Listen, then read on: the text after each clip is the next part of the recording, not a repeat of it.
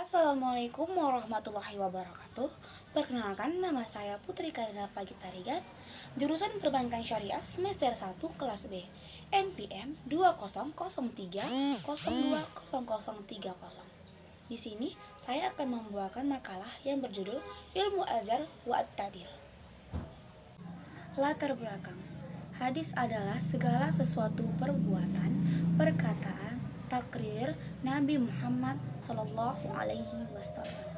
Umat Islam memiliki dua landasan, yaitu yang pertama adalah Al-Quran, yang kedua adalah hadis atau sunnah yang menjadi pedoman di dalam hidup ini. A. Pengertian Al-Hajar wa At-Ta'dil.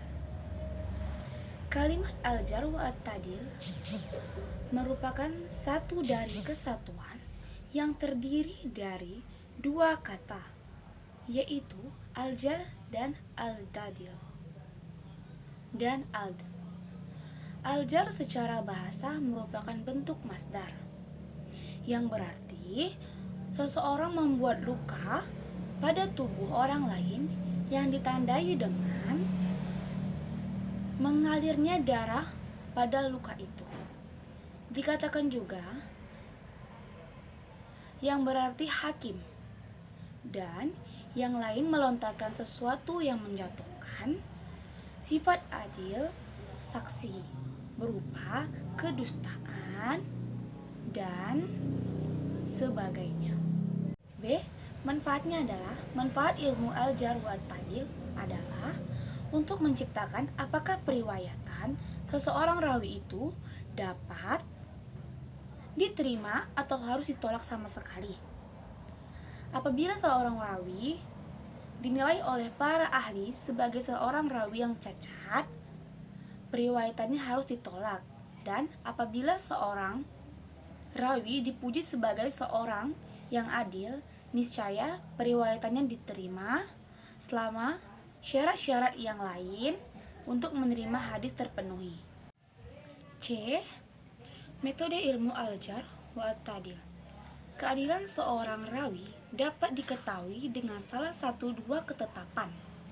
Pertama, dengan kepopuleran di kalangan para ilmu bahwa ia dikenal sebagai seorang yang adil, seperti terkenalnya sebagai para ahli ilmu bagi Asy-Syafi'i, Ahmad bin Hambal, dan sebagainya.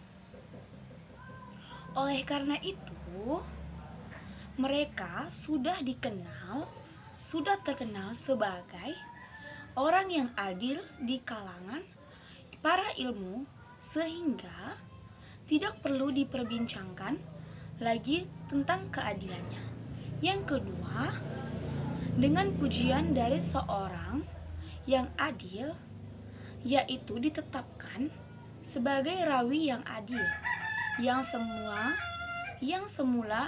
rawi yang ditakdilkan itu belum terkenal sebagai rawi yang adil. Penetapannya, keadilannya seorang rawi dengan jalan takjiah ini dapat dilakukan oleh A. Seorang perawi yang adil, jadi tidak perlu dikaitkan dengan banyaknya orang yang mentakdilkan. Sebab jumlah itu tidak menjadi syarat untuk penerimaan riwayat atau hadis. B. Setiap orang yang dapat diterima periwayatannya, baik laki-laki maupun perempuan, dan baik orang yang merdeka maupun budak, selama ia mengetahui sebab-sebab yang dapat mengadilkannya. D. Syarat-syarat orang yang mentakdilkan dan mentajirkan. Yang pertama adalah berilmu pengetahuan, yang kedua tawakal, yang ketiga wara atau orang yang selalu menjauhi perbuatan maksiat, syubhat, dosa-dosa kecil. Yang keempat jujur, yang kelima menjauhi fanatik golongan, dan yang keenam adalah mengetahui sebab-sebab untuk mentakdilkan dan mentajirkan.